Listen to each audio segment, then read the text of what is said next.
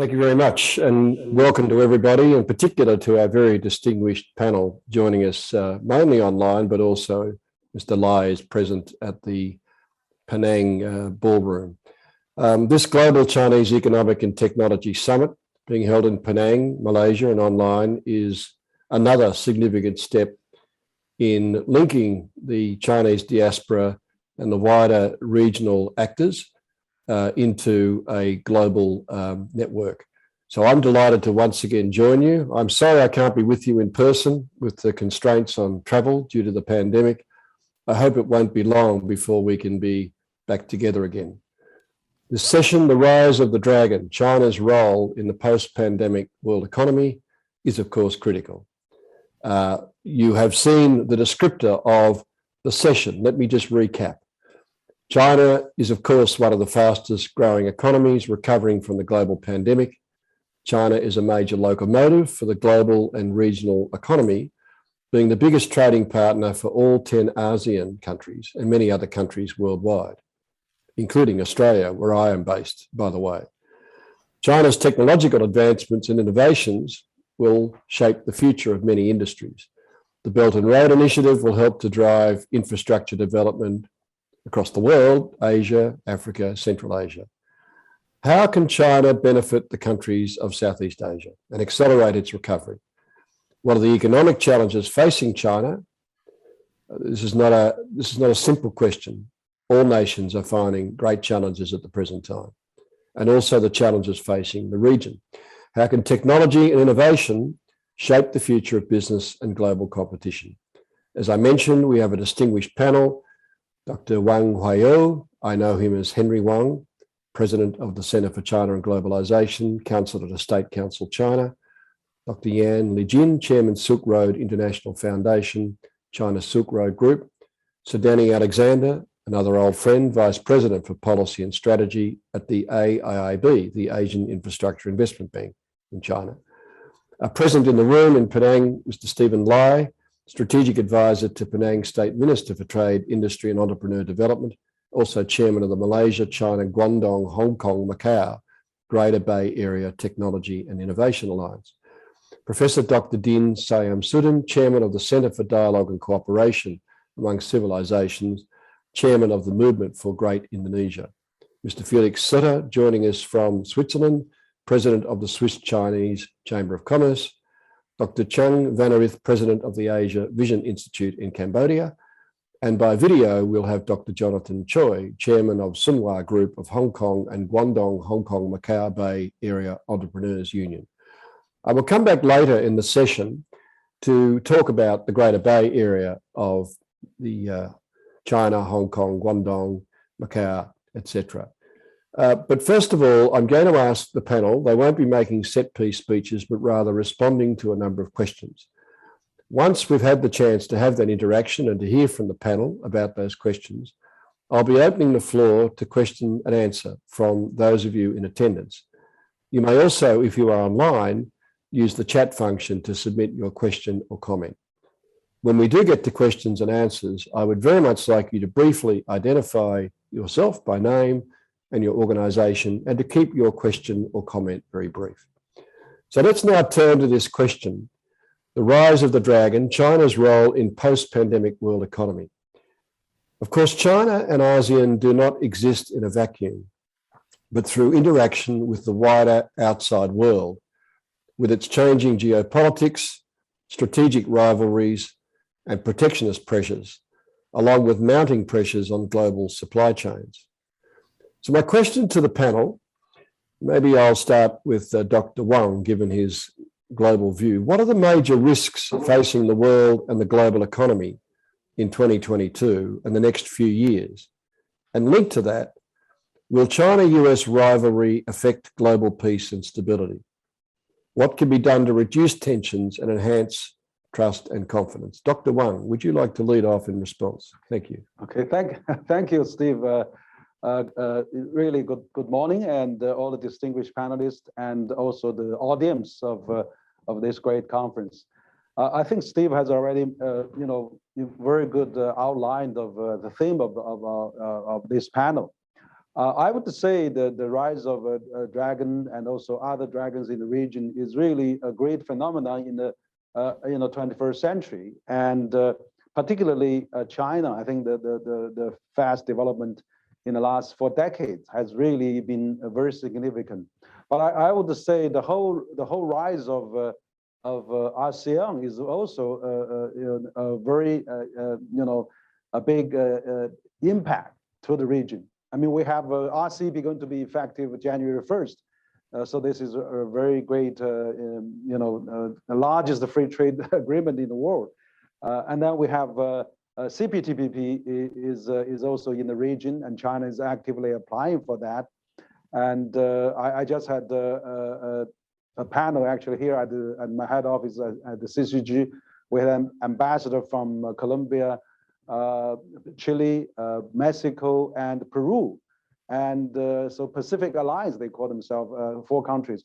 3 of them are CPTPP members, and they all welcome China to join CPTPP.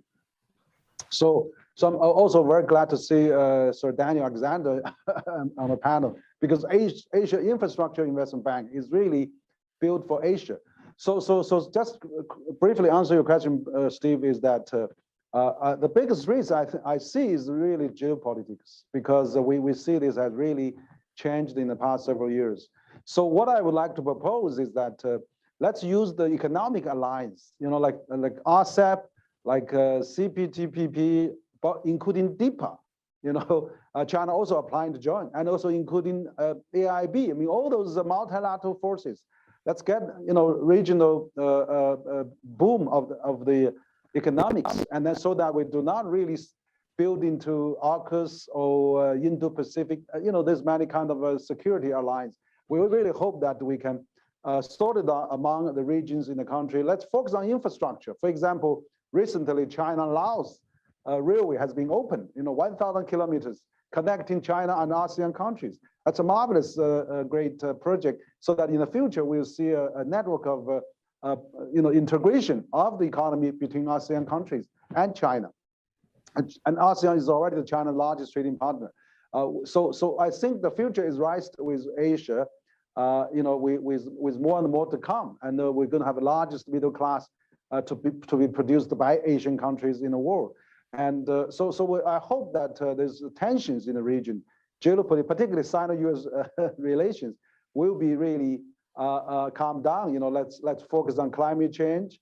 Let's focus on recently WTO just a few days ago concluded a service trade agreement between China, US, and EU countries. That's great. Also, they have issued a statement for banning plastic trade, pollution into the ocean, which is also great. I think let's getting those low-hanging fruit regional agreements, global agreement. Also, the corporate minimum tax proposed by G20, 130 countries agreed to that. So let's use those economic alliance, economic treaties, economic new multilateralism to really dilute and maybe even trying to play down those military security and this kind of alliance. So that's really my hope. That I hope that even Indo-Pacific can become economic, like APAC. Let's revive APAC, revive all those regional corporations. And I think AIB can play a big role in the region as well. But also I think Australia, New Zealand, and all those countries, we are all largest trading partner among each other. Let's work together. Let's really find the ways to, sustain the future, particularly next year. Given the pandemic is so uncertain, we really need to work together. We have to work together. And all the countries in the region are really one family. I really hope so. Thank you. Thank you so much, Dr. Wang. Very positive and optimistic response. And it's one very central point you make about making all these economic alliances work, is that the word Asia seems to be, in some places, disappearing from view. We hear about Indo-Pacific. I often wonder where that actually is. I know where Asia is, and I know where Asia-Pacific is. So it's a very interesting observation you make. Thank you. Who else from our distinguished panel would like to respond to those opening questions, which go to the bigger questions of geopolitics and strategy and where the world might be heading? And as you say, Dr. Wang, avoiding fracturing. Who would like to come in next with some observations? Please. So Danny, thank you. Steve, thank you very much indeed, and it's a pleasure to take part in this this important conference and to be part of this this panel. I just wanted to add a couple of things. Obviously, as you know, AIIB is a multilateral institution founded in 2016. Now we have 104 members around the world, and we're focused very much on infrastructure for tomorrow. How can we support our members, especially in Asia, to develop the infrastructure that they will need for the next few decades of their development? And I'm on my second day back in my office, having returned through the lengthy quarantine procedures from representing AIB at the COP26 meetings in Glasgow. And I think that highlights the importance of both understanding the immediate challenges, but also finding ways collectively to face up to the medium-term challenges. And obviously, in the short term, the world is still suffering greatly from the consequences of the pandemic and from the pandemic itself, and that seems to, likely in 2022 to continue to be a major feature, and especially because we see so much divergence globally in terms of the economic conditions, but also the level of vaccination. And that will have an effect on the ability of different countries to recover. And unfortunately, it seems that still it is the developing world that is suffering much more than the developed world in terms of lack of access to vaccines, lack of progress in vaccination and so forth, which we know is the key to recovery. And in a sense, that highlights the limits that we see in terms of international cooperation, which we have to overcome if we're really to address these challenges. And it means that next year we can expect to see still divergent economic fortunes. We see slowing growth forecasts. We see the spectre of inflation, whether that's transitory or more long-lasting remains to be seen. But these are all kind of major short-term economic issues. That means that as an international community, and especially through international institutions like the AIB, the World Bank, others, also that Henry mentioned, we have to focus on how can we support a recovery from the pandemic that also helps to address some of these future issues. And I would highlight climate change as an area where there is, from Glasgow, I left feeling optimistic that there is a shared commitment across the globe to addressing this challenge, to recognizing that the action that we take in this decade, in the 2020s, is absolutely critical to achieving the financial flows that are necessary to the developing world in particular, to make sure that the ambitious goals can be met. And from AIB's point of view, as a multilateral institution, we see an important role for ourselves and other similar institutions in actually helping to deliver on those commitments. So I guess my summary would be there are many short-term, perhaps medium-term challenges economically, and of course politically also, but there are also some longer-term issues where cooperation is not only possible, it's essential if we're to solve those problems. Thank you. Thanks, Sir Danny. Good to see you again with us, and welcome back from your enforced lockdown. Mentioning climate change and the Glasgow COP summit reminds me of a very positive outcome, which I think was unexpected by many, but the announcement that the US and China at the highest levels would work together on climate change. This is, in the face of many things that seem to be quite negative in the great power relations, this was a very big signal, and one of with which my own organisation in the coming year will be quite active on the global stage. So thank you very much. Professor Dr. Din Syamsuddin, you, with your Centre for Dialogue and Cooperation Amongst Civilization in the great country of Indonesia, I wonder if you might make some observations about the world at large in terms of cooperation and this spirit of working out ways in which we might need to collaborate in the coming year. Thank you very much. Very good morning.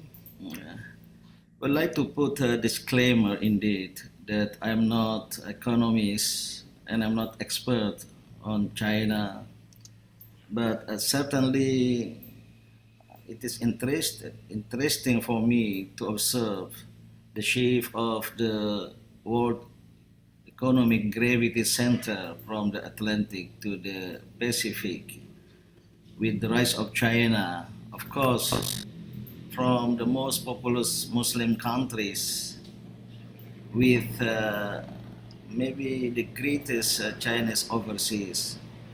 Indeed, they are not diaspora, but they are citizens of Indonesia. I would like to see that the two countries, Indonesia and China, to be in a close relationship and cooperation, so that the rise of China and the emergence of East Asia, we observe it from Indonesia with hope and fear that this rise, including also the trade tension and conflict between China and the United States, to encourage the creation of peace and security in the region. And we believe in the power of dialogue, and therefore we want it to be solved in the mechanisms of dialogue and cooperation. Yeah. And with the COVID-19 pandemic, which is have brought big catastrophic, including in Indonesia, in the field of economic and also social culture in our country and many parts of the world. I don't think that I'm not an economist, but I learned from many friends that the global economy, challenges of the global economy in the year 2022 onward, there is high inflation caused by the increase in commodity prices such as oil, palm oil, coal, rubber, etc. In the midst of the still depressed global economy, this cause push inflation is reflected in the higher producers' price index. But our fear in the country is that not only we are facing the post-pandemic COVID-19, but also the increasing of climate change and global warming. And China, to my knowledge, has relatively big success in taking care of these climate problems with the green industry, green culture. And therefore, we'd like to extend, we encourage the dialogue between China and the neighbor countries to reduce tension, especially derived from the territorial dispute. Especially in Indonesia, there is a feeling of the domination of Chinese citizens with Chinese background in the field of economy, that they have been dominating national economy, dominating of the national asset. And therefore, our organization, our institution, together with the Chheang Multicultural Education Trust, chaired by Tan Sri Lee Kim Yu, we have been working together in, I think, since 2006 for dialogue, cooperation in the field of interfaith dialogue, intercultural dialogue between Confucianist community and Muslim community. I do believe in such dialogue, that such dialogue have have brought good impact to reduce tension between the two communities. Last point I would like to add that we need for the future the Belt and Road Initiative not only give benefit to China but also to neighboring countries, including Indonesia, and therefore we'd like to see the business trade cooperation not only between G to G but also P to P to be I would like to say win-win solution, to give win-win solution. That's why from the Muslim community, I have encouraged many Muslim business people to do business with their partners in China or in other countries with Chinese social origin. And I do hope, as I am optimistic, that the next world is converging rather than diverging. This is a global phenomenon, but I think only in also in Asia, we do hope that converging tendencies will over the diverging tendency in our region. Thank you very much. Thank you very much for your wisdom and for your experience from the great country of Indonesia. We should remind ourselves that Indonesia is going to be, or is leading already, the G20 group of countries' economies for the coming year. This is a very important global role.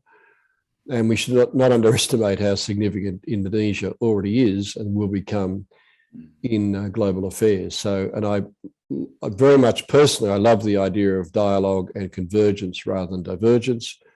And the language win-win is very much part of the language that we use across our work as well. So thank you very much for that contribution.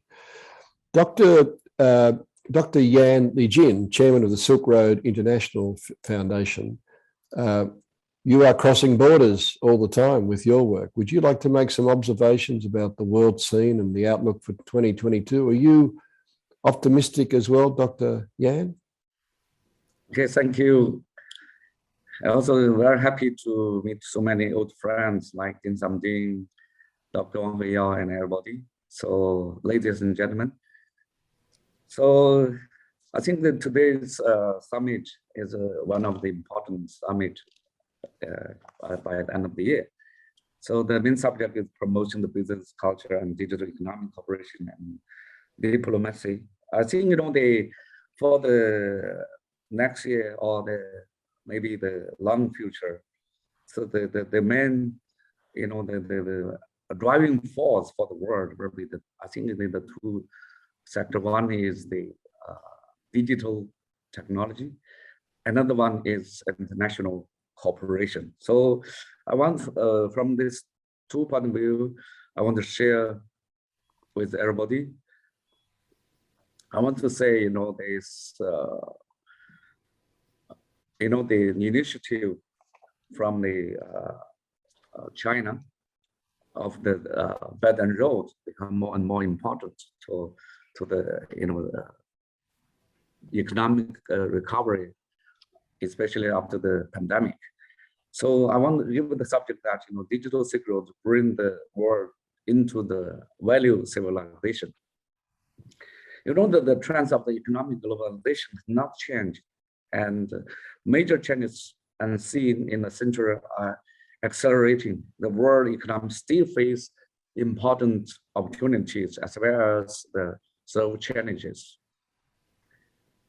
So we are experiencing the worldwide profound digital revolution. So it's upgrading the internet age to the area of the value internet. So that's why at the third Belt and Road construction forum in November, Chinese President Xi Jinping pointed out that the cooperation in the new areas such as the health, green, digital, and innovation should be carried out steadily. So I think the most important one is the digital Silk Road and the digital cooperation. So the Belt and Road Initiative, which advocates the community with a shared future for mankind from the perspective of the philosophy and values, is now popular platform for the international public goods and cooperation. Just now, the moderator mentioned about how to set up trust, especially in the year 2022. I think the main problem is the distrust. like all this the sanctions and conflicts between countries in the trade, because it's the root cause from the distrust. So I think for the next year, I also mentioned the long future, has a new digital trust become more and more important. From a historical perspective, interprocessional trust in the agriculture economy has evolved into the industrial trust in the industrial economy. In the new era of the digital economy, we will need this new digital trust. The most important relationship between countries, especially in the world economic, is cross-border trade. And because of lack of the trust, so a lot of problems are existing there. And but we think, with this digital technologies, we can, improve the environment of the international economic and especially international trade. With a vast number of the increasing abundant, even repatterned the digital information carried by the digital trade network, credibility and value of data are become more and more important. So it's an urgent to realize the digital value circulation and based on the construction of the digital trust. So, and also one of the things, the backward digital technology infrastructure is one of the main weakness for the recovering of economic, or the more, the new trends of the globalization.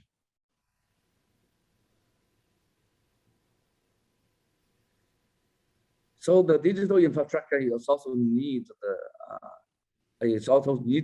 in the digital trade. That's why we have, as a pioneer of the digital Silk Road, China Silk Road Group, together with the United Nations of Conference on Trade and Development, UNCTAD, launched the digital trading infrastructure and online dispute resolution project. We call it the DODR into July 2019, with the view of for the substantial development of the global economic and the balanced development of the world economy. With the trading ledger chain of the digital trading infrastructure, with the blockchain and the cold technology, so we're setting up this system, like we set up this business floor, cargo floor, and capital floor, information floor, and online disputes on the line to help the world for the international trading. So the consumer are the real driving force in the business and economic development. So especially, from last recent years, especially under the situation of the pandemic, this become more and more important. Dr. Yan, I'm just conscious of time. I want to come back to when we talk about infrastructure in the region and beyond. And you mentioned digital infrastructure. This is very important, but I'd like to return to that after we get some observations from the other panelists about the state of the world, if we may. Thank you very much. That's very helpful, and your work is very significant. So this one, I think we already start from this year from Thailand and Indonesia, and also another one. I think for the next 2002 important is international cooperation. So we think the most important is the technology cooperation. So that's why we set up the Nazarbayev laboratory in China, and will be set up in many along the Belt and Road countries. Now in China, we already in different cities like Changsha, Sanya. So for this, I suggest we should speed up the cooperation in the digital infrastructure to set up the freedom, fairness, and integrated the business trading system. So we are ready to cooperate with everybody, and we hope we can contribute to the world economic recovery. Especially, we call everybody join us for the Silk Road, digital Silk Road set construction. Thank you very much. Thank you very much, Dr. Yan. I'm going to invite Dr. Chheang Vannarith, who's in Cambodia, the president of the Asian Fissure Institute, who had some technical challenges with his internet, but I think it's now stable. So would you like to make some brief observations about those opening questions? Thank you very much indeed. Thank you very much, Steve, and very great honor and pleasure to be part of this distinguished panel discussions.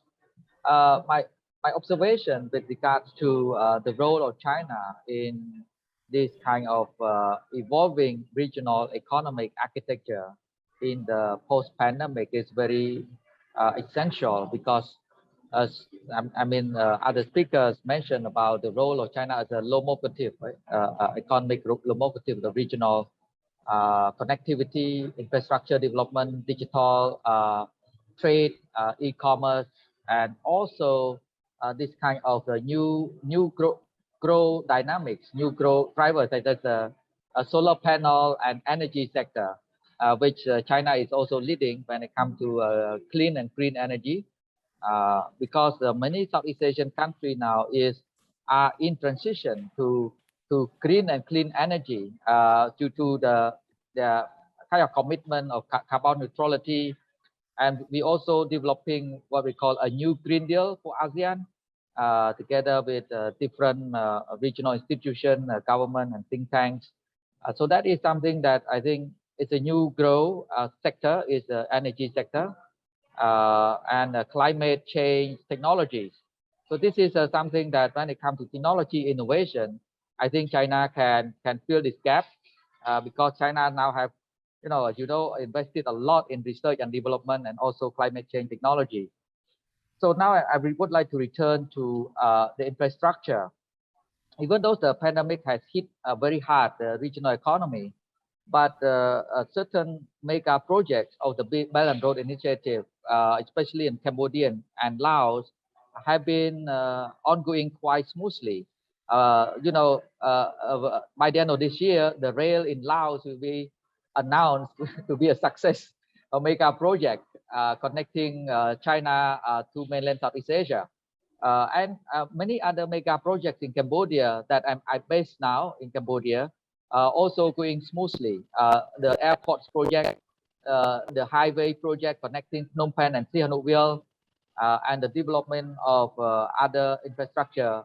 So this is something that is quite a miracle, that the China BOI project has not been so much affected by the disruption caused by the pandemic and the supply chain disruptions. So that is something but quite resilient in a way when it comes to China infrastructure development projects. And this is something we need to recognize, and the role of China in infrastructure development. So now come to digital transformation and connectivity. ASEAN have adopted several policy blueprints on digital roadmaps and digital integration and connectivity in this region.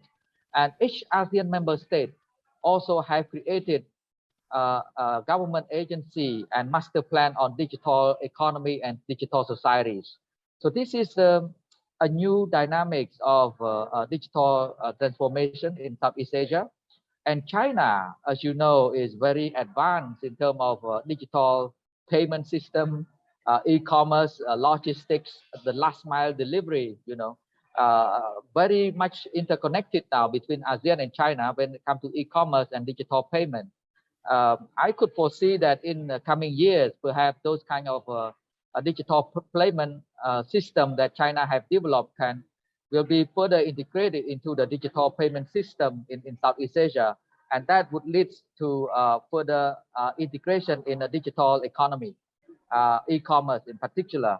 So this is something that it's an amazing time actually in the post COVID-19, and how ASEAN and China can work together to advance all these new arenas, new horizon for economic prosperity. Thank you very much.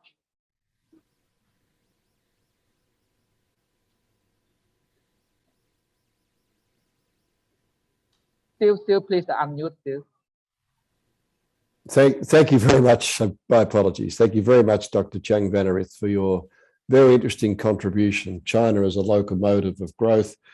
And I loved hearing about these master plans across ASEAN, but also for both digital economy and digital society. This is very exciting. And we'll come back to this infrastructure question more specifically, both across the region, but also in the Greater Bay Area shortly. But before we do, I do want to hear from Mr. Felix Sutter, who has, because he's based in Switzerland, president of the Swiss-Chinese Chamber of Commerce, he's had to get out of bed very early this morning to join us. So would you like to make some observations on these wider questions? Thank you, Mr. Sutter. Mr. Howard, thank you very much. Dear distinguished guests, thank you very much for inviting me to participate in this panel. I was meant to be in person in Penang, present with you, but due to travel changes again, pandemic to call it, I'm now here in Switzerland, and I'm still jet lagged, so it's not that early.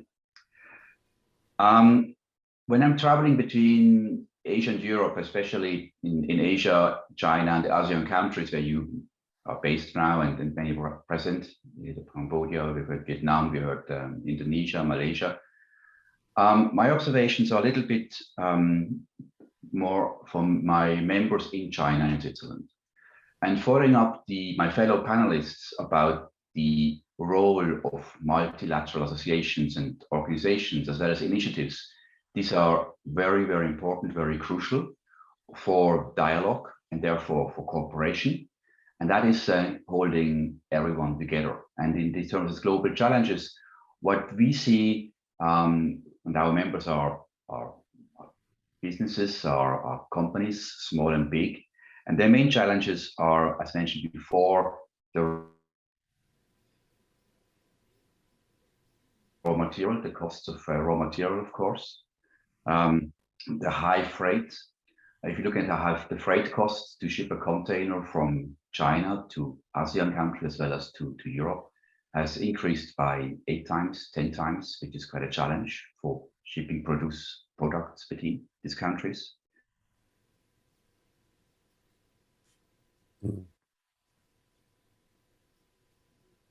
We see also the shortages, being that in Asia, being that in Europe, that's a challenge. Predictability of investment, of productivity impacted by that. And so that also triggers the risk, what are the reactions of the central banks in terms of interest rates, how is the various economies impacted by that, what is this doing to the supply chains. And what we also see is unpredictability in regulations. We see more national regulations coming up. That, of course, is a big challenge for how to interact. So these are from my side, the elements I would like to add to the discussion. I don't like to repeat what I said before. Digital cooperation is important. Digital issues are very important. Multilateral organizations are very important. These are the themes from my side. And Mr. Howard, thanks. Back to you. Thank you very much. That's a very interesting contribution as well from Switzerland, because it's the practical realities that we face about making trade and seamless commerce work with, as you say, the cost of supply chains, freight costs going 8 to 10 times. These are very real considerations, very serious considerations. Even as we have a positive vision for the future, how to overcome the short-term roadblocks is a very practical question. So that links us through to, we've still got one speaker to hear from before we go round again, but I want to turn, therefore, because he is an expert in the area of the Greater Bay Area, and I'm talking about Mr. Stephen Lai, who's present in person in Penang.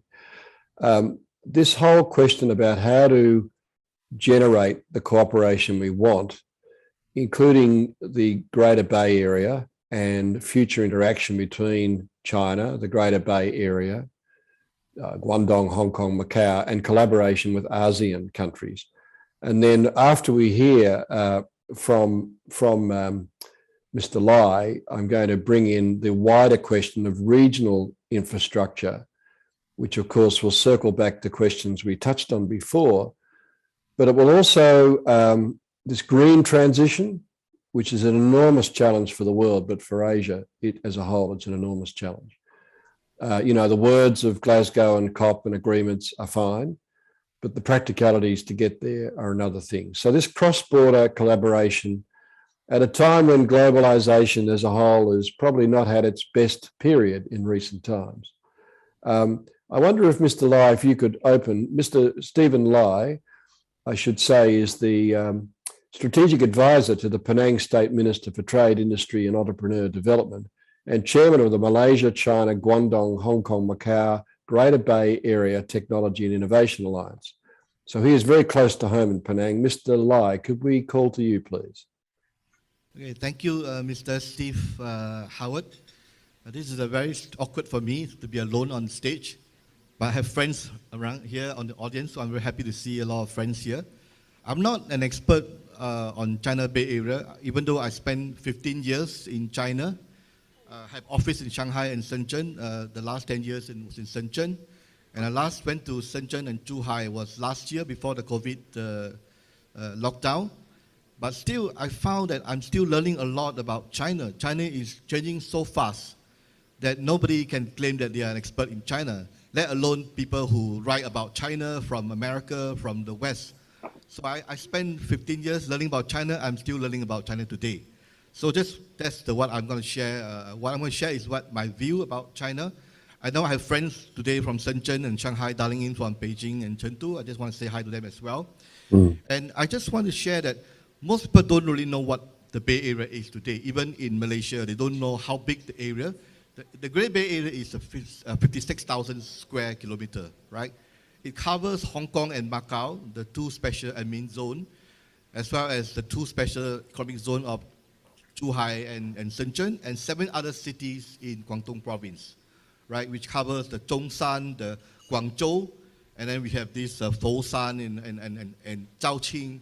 So there are 7 cities. So it's a huge area. It has a population of 70 million people. It covers, and we have a combined GDP of $1.64 trillion, right? So you compare these figures with ASEAN, right? ASEAN has 660 million people, and we have a combined GDP of about $3 trillion US dollar, right?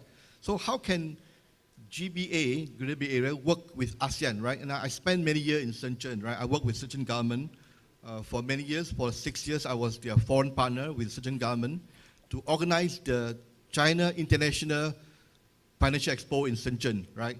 And I was also fortunate to be working closely with then the president of the China Chamber of Commerce in Shenzhen. So I have some really hands-on information. I'm not on a helicopter view, but still I found that China is changing so fast, and I'm so impressed by the quality of the officers in Shenzhen and Zhuhai. It's really fantastic, right? That's why I formed this Malaysia-China Greater Bay Area Innovation and Technology Alliance in 2019 when I came back to Penang, right? So after I sold my business to a China Lisco in Shanghai, right? And I realized that the more I know China, the more less I know about China. So I need to learn. And I just want to share that according to a recent survey by the Hong Kong Trade Development Council, that 60% of the companies in the GBA area are looking to set up a base in ASEAN in the next 3 years, right? And this is a very big number. They're all looking to set up ASEAN market. Why ASEAN? So there are 3 ASEAN advantages that mentioned, right? We have a very strong cost advantages, right? China is no longer a cheap place for labor, right? And except for Singapore and Hong Kong, I think ASEAN has a significant cost advantage over the Greater Bay Area, right? And also we have a lot of abundant natural resources in ASEAN countries, which is not available in GBA, which is mostly an urbanized area, right? And we have a huge market. And as you know that for the past 12 years, that China is the largest trading partner of ASEAN countries, last 12 years. But ASEAN was not the biggest partner of China for trading. It was US and EU. But over the last 2-3 years, and especially last year, we see a turn. Now China is now ASEAN has overtaken USA to be the largest trading partner of China. So you can see a big shift in ASEAN with the RCEP, the largest free trade agreement in the world today. I can see that the cards are shuffling. There's a lot of things happening in this region with the Laos highway from Yunnan to Laos, right? So it's very exciting to see what's happening around ASEAN, right? And how can we work together with China as well, right? So I want to share about what can we work together? How can ASEAN work together with I see 3 areas I want to share. One area is about my hometown in Penang. As you know, Penang export 5% of the global semiconductor in the world, Penang. And next year we are celebrating 50 years of industrialization, right? So Intel came to Penang about 50 years ago. And just this week, Intel has announced that they're gonna invest additional $7.1 billion US in Penang alone, right? And together, the last 2-3 years, we have about $14 billion US of investment coming into Penang for semiconductor. So I see this is a big area. The US-China tech war, trade war, especially in the semiconductor industry, has made Penang a sweet spot. We are now a sweet spot. Everybody wants to come to Penang to invest, especially in the IC design industry, right? I've been talking to a lot of companies in Penang, IC design, and I know that Shenzhen and Zhuhai, I've been there recently, they got very good incentive to attract companies overseas to set up an IC design company in Zhuhai or Shenzhen with very attractive scheme, right? And used to be Penang engineers is 10% higher cost than the China engineers for design. But today, China engineers is 3 times higher in wages than the one in China. So you see, Penang has got advantages. In IC design, we have about 7,000 IC design engineers alone in Penang, right? And I've seen a lot of startup companies in Penang doing IC. So I see this is a good area. We can collaborate with China, especially the GB area. As you know, that Shenzhen is an amazing place. It's in terms of rapid prototyping, in terms of scaling out the business, that is the best place on earth to do a startup companies, right? So I see a lot of opportunity to work with Shenzhen, right? And the second thing I want to highlight is about technology. How can we work with startup companies in the Bay Area, right? And as you know that China, AI is number 1, the 5G, the cloud computing, right? All the companies are all in the Bay Area.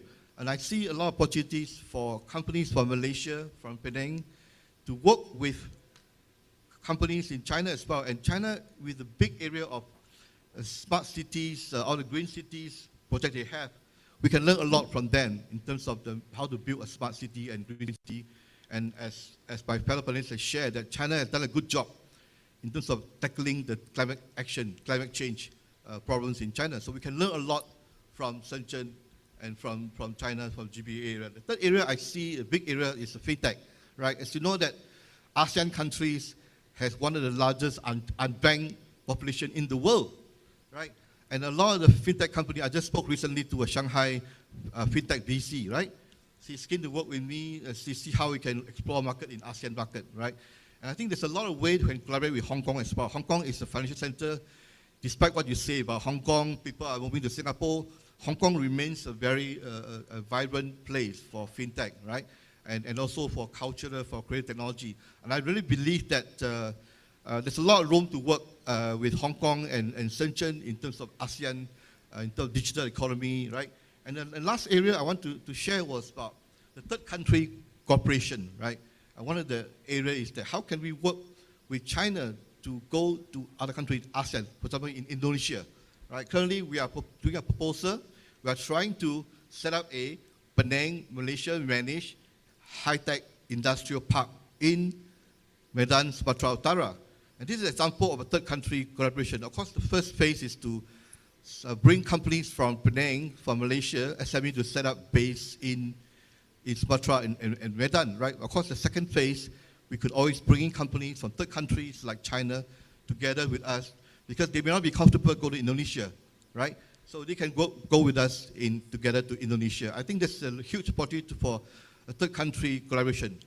And I think for us, my last point is this about the Malaysian Chinese living in Malaysia. That we are one of the most globalized. Last night I heard a comment by Tan Sri Lim Kim Yew. He said that the Penang Chinese is one of the global Chinese in the world because we speak many languages, we know a lot of cultures, and this is one of the way we can work together with China, with the GPA companies, to go to other countries in ASEAN.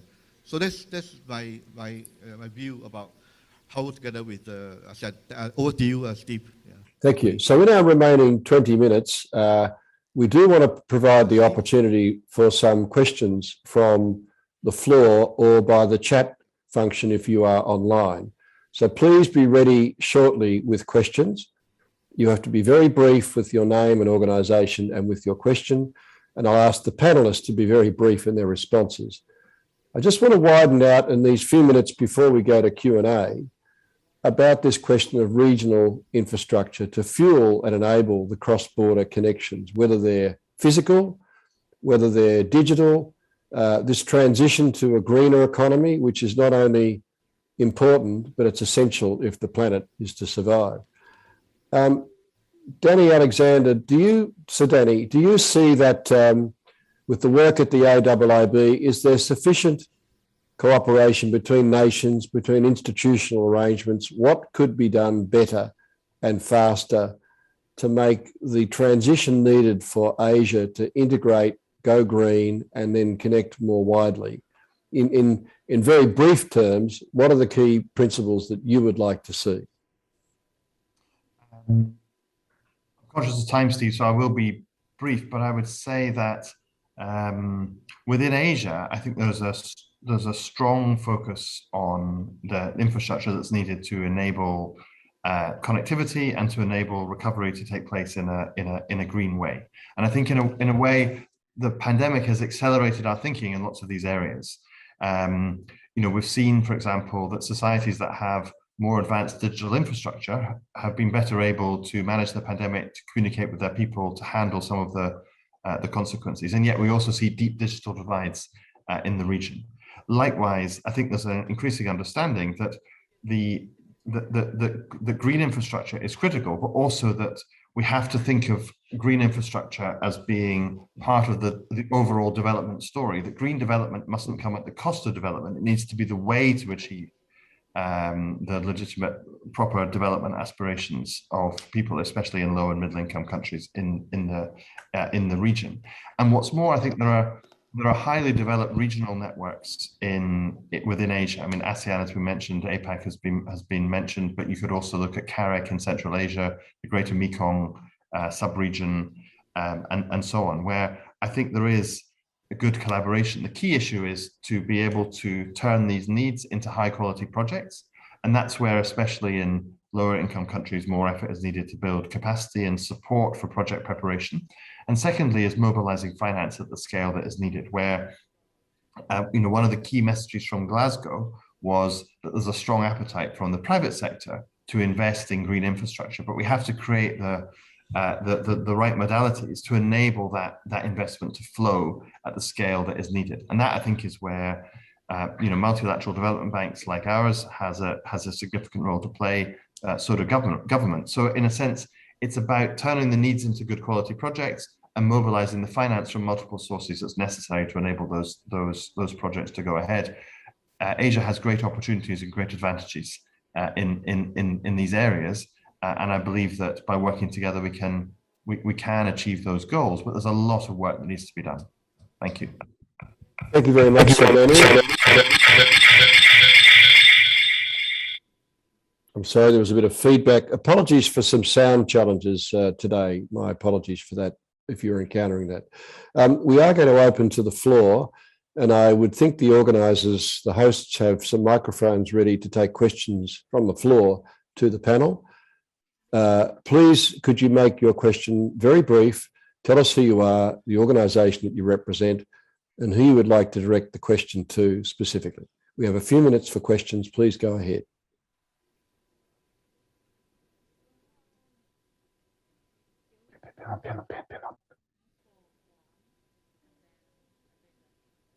Do we have some questions from the floor in Penang? I don't see any questions on the chat box online, or I don't see hands up online. So I'm in the hands of the organisers if you have some questioners in the room in Penang. Thank you. Otherwise, I will turn my attention back to asking the panel to make some observations. Do we have any questions? Okay, we're very good listeners in this session of this conference.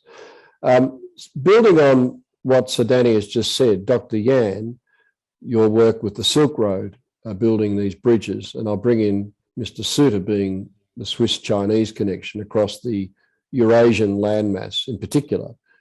Do you have some observations about, brief observations about the missing links that you would like to see that we don't have yet to make this connected continent, if you like, and a connected world a reality? Dr. Yan, would you like to go first? Okay, thank you. I think, for the Asian countries, I think we have another connectivity we should improve. As I mentioned, online shopping is also the digital platform should be there, because Chinese market now is very huge, for the Asian countries. This provide a lot of opportunities.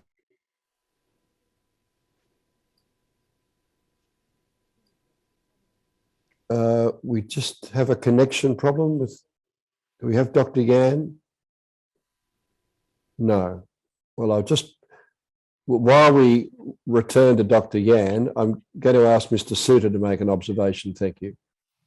Okay, and thank you, Mr. Howard. I think infrastructure is key to economic growth. It's a key driver.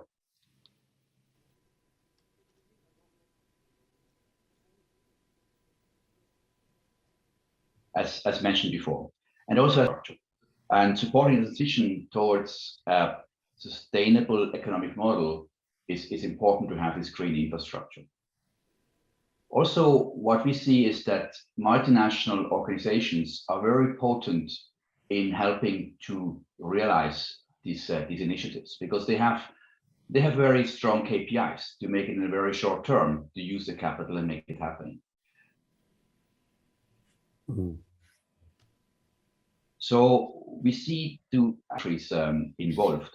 So yes, key infrastructure is a key growth. We see that's very important, and we see that as something which everyone is interested to have that happening.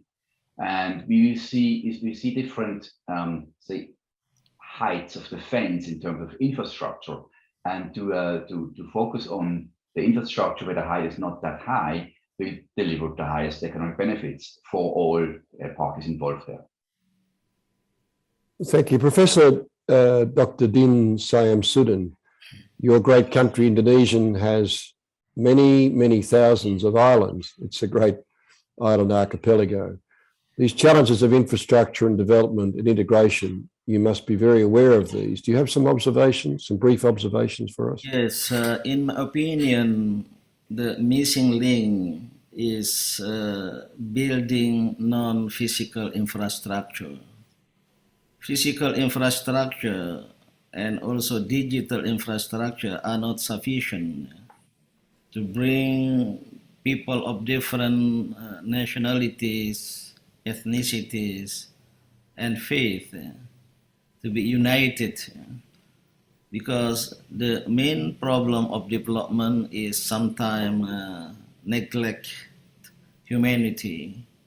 And therefore, if I may suggest, in addition to cooperate in building physical infrastructure, digital infrastructure, do not neglect or even ignore the importance of dialogue between people to people, or maybe dialogue between government and people, G2P relationship.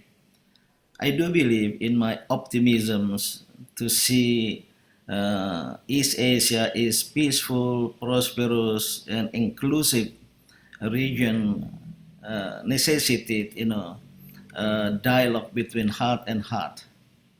From the civil society side, I would like to suggest, especially between China in Indonesia, between China and Muslims in Southeast Asia. I think that's what we have been intended to do. Once again, I like to say my dear friend Tan Sri Lee Kim Yu is in very, very good intention to implement such a dream. I hope, in addition or simultaneously, the BRI will create physical infrastructure, building ports, building airports, and many other places. But once again, don't forget, building what I call it non-physical infrastructure. Yes, again, thank you very much for your wisdom. It's well received, what you've just had to say. Dr. Wang Huiyao, with your global perspective, final contribution from you, please. Yeah, thank you, Steve. I think this is a really great discussion. I think we'll talk about all those regional cooperation and particularly infrastructure. I think now, Daniel has mentioned that about 2016, 5 years ago, AIB was established. And also 8 years ago, China launched the Belt and Road Initiative. So now infrastructure has become the global consensus now. I can see that. For example, about a week ago, that EU announced the Global Gateway, which they announced 300 billion euro to spend on infrastructure and for developing countries as well. US has proposed 1.2 trillion infrastructure.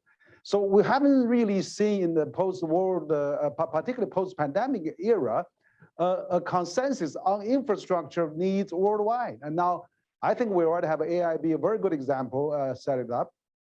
We have a World Bank, ADB, and other development banks have also experience in this area. So let's work together. I think, why not we, have an international infrastructure alliance of some kind. AIB can play a very active leading role there, probably. And then let's get everybody, World Bank, ADB, FDB, Euro Development Bank, Latin American Development Bank, and let's focus on infrastructure. So let's create the largest pie, the largest beneficial to both developing world and also developed world, so that we don't really fight over some geopolitical issues. Let's use the economic incentive to secure our next half century, next 75 years of global peace and prosperity. So I think this is really important. Now, finally, every major continent has realized infrastructure is the name of the game. It's the future for everyone. So I think we are getting this consensus.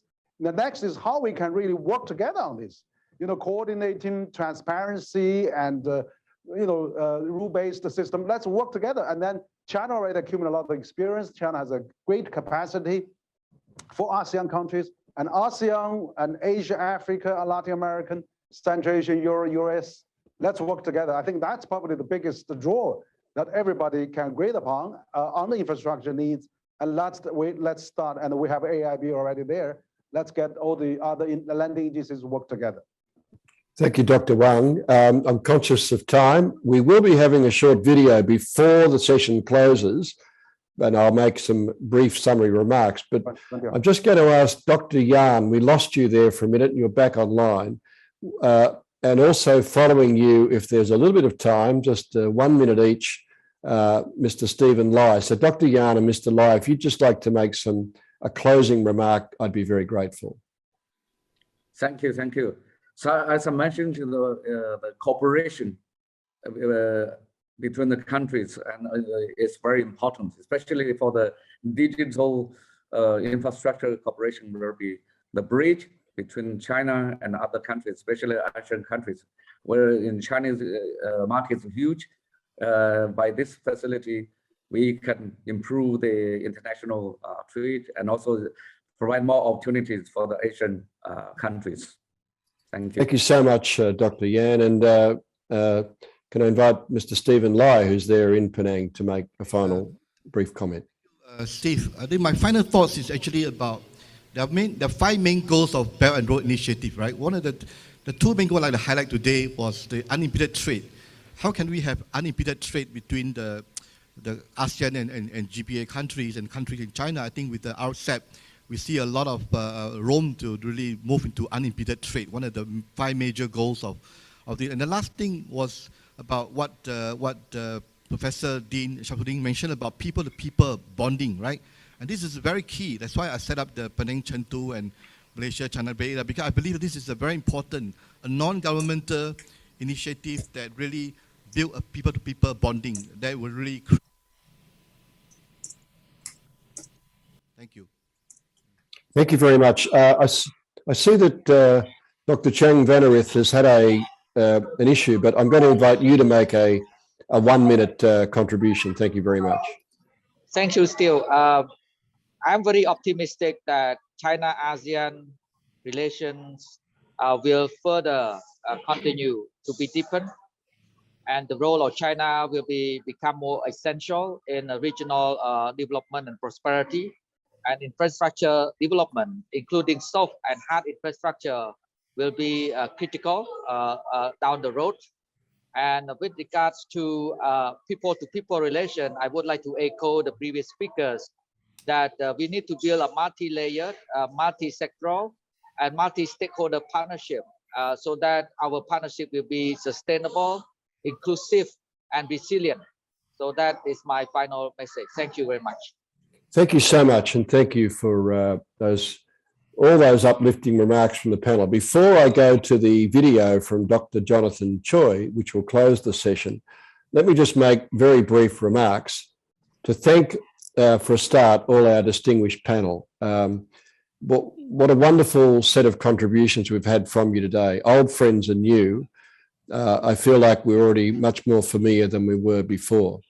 There is a very strong sense of optimism and positivity about the vision of what's possible, certainly between China and ASEAN and working with the wider world. That is very clear.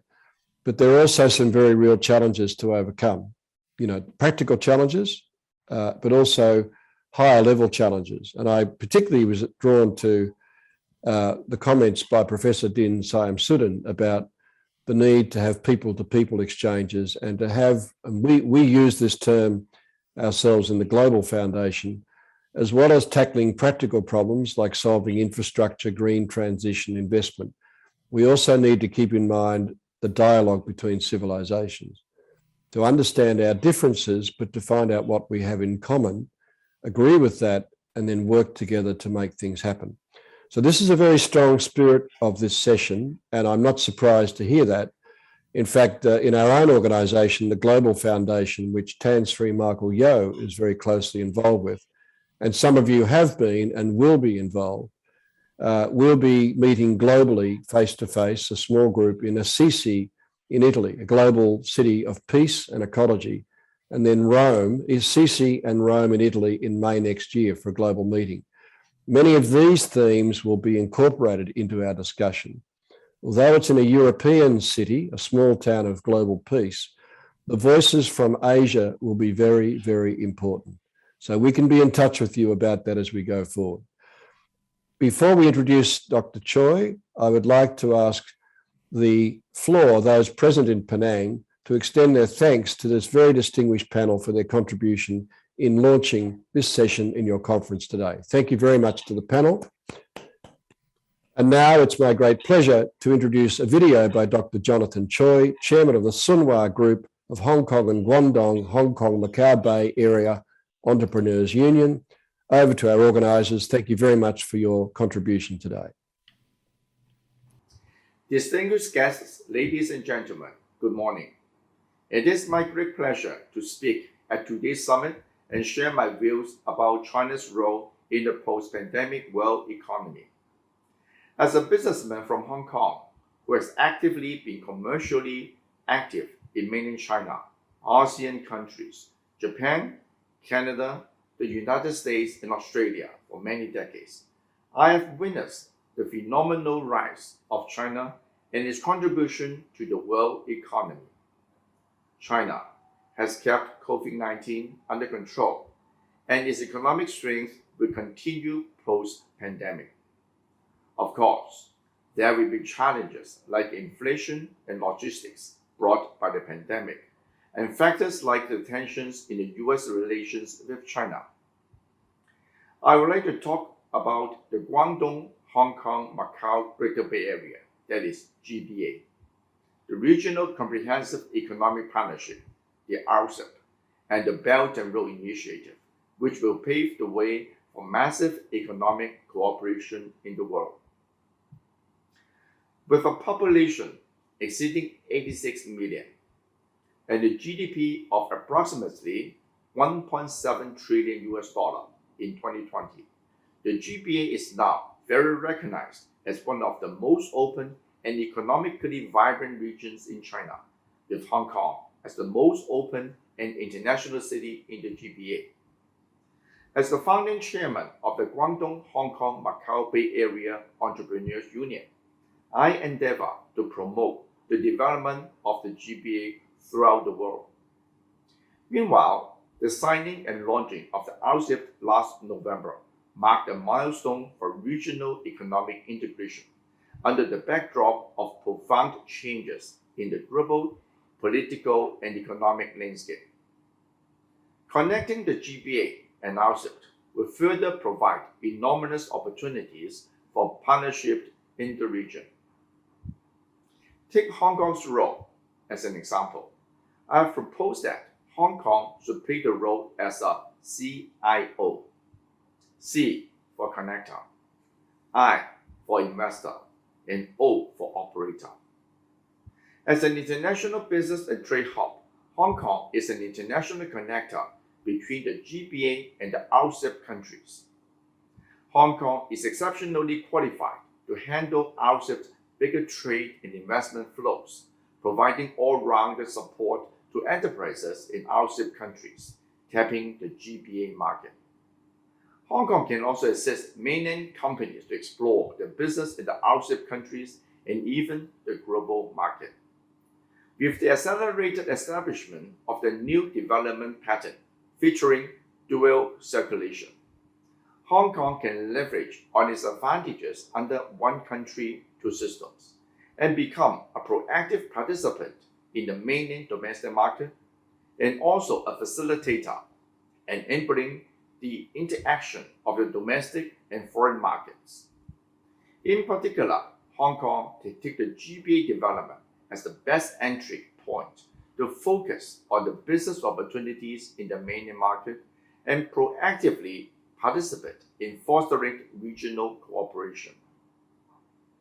As China is undergoing the internationalization of the renminbi, Hong Kong's role as an international financial center and an offshore renminbi center makes it an irreplaceable financial hub that contributes to China's reform and open up.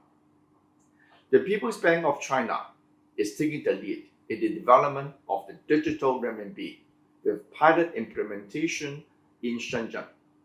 Hong Kong can further enhance the cooperation with Shenzhen, facilitating the digital renminbi cross-border trade settlement, asset trading services in connecting the mainland domestic and foreign markets.